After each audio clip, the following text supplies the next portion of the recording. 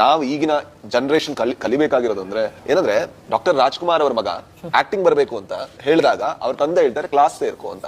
ಈಗ ನಮಗೆ ಇನ್ಸ್ಟಾಗ್ರಾಮ್ ಅಲ್ಲಿ ಮೆಸೇಜ್ ಮಾಡ್ತಾರೆ, ಸರ್ ನಾನು ಹೀರೋ ಆಗ್ಬೋದಾ ಅಂತ ಡೈರೆಕ್ಟ್. ಅಂದ್ರೆ ಅಲ್ಲ, ತಪ್ಪು ಸರಿ ಪ್ರಶ್ನೆ ಅಲ್ಲ. ಅಂದ್ರೆ ಅಷ್ಟು ಲೆಜೆಂಡ್ ಆಕ್ಟರ್ ಅವ್ರು ಹೇಳ್ತಾರೆ ನಾನು ನಿನ್ನ ಕಲಿಸ್ತೀನಿ ಅಂತ ಹೇಳಲ್ಲ. ಗುರುಮುಖೇನ ಕಲ್ತ್ಕೋ, ಡ್ಯಾನ್ಸ್ ಕಲ್ತ್ಕೋ ಅಂತ ಅವ್ರ ಮಗನ್ಗೆ ಹೇಳ್ತಾರೆ.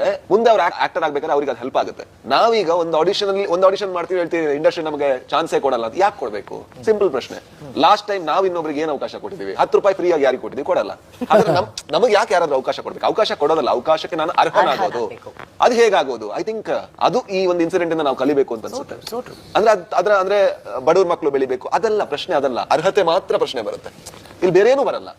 ಒಬ್ಬ ಬಡವನ ಮಗ ಅವ್ನು ಟ್ಯಾಲೆಂಟ್ ಇರಲ್ಲ, ಒಬ್ಬ ಶ್ರೀಮಂತರ ಮಗ ಸುಪ್ರೀಮ್ಲಿ ಟ್ಯಾಲೆಂಟೆಡ್. ಇದ್ರಲ್ಲಿ ನಾನು ಬಡವ ಅಂತ ಅವನಿಗೆ ಅವಕಾಶ ಕೊಡ್ಬೇಕಾ, ಟ್ಯಾಲೆಂಟೆಡ್ ಅಂತ ಇನ್ನೊಬ್ಬಂಗೆ ಅವಕಾಶ ಕೊಡ್ಬೇಕು? ಐ ಥಿಂಕ್ ಬಡತನ ಇಲ್ಲಿರ್ಬೇಕು. ನನಗೆ ಏನೂ ಗೊತ್ತಿಲ್ಲ, ನಾನು ಇನ್ನೂ ಕಲಿಬೇಕು ಅನ್ನೋ ಬಡತನ ಇಲ್ಲಿದ್ದಾಗ ಆ ಬಡವನಿಗೆ ನಾವು ಅವಕಾಶ. ಬಾಸ್ ಅಲ್ಲ ಬಾಸ್,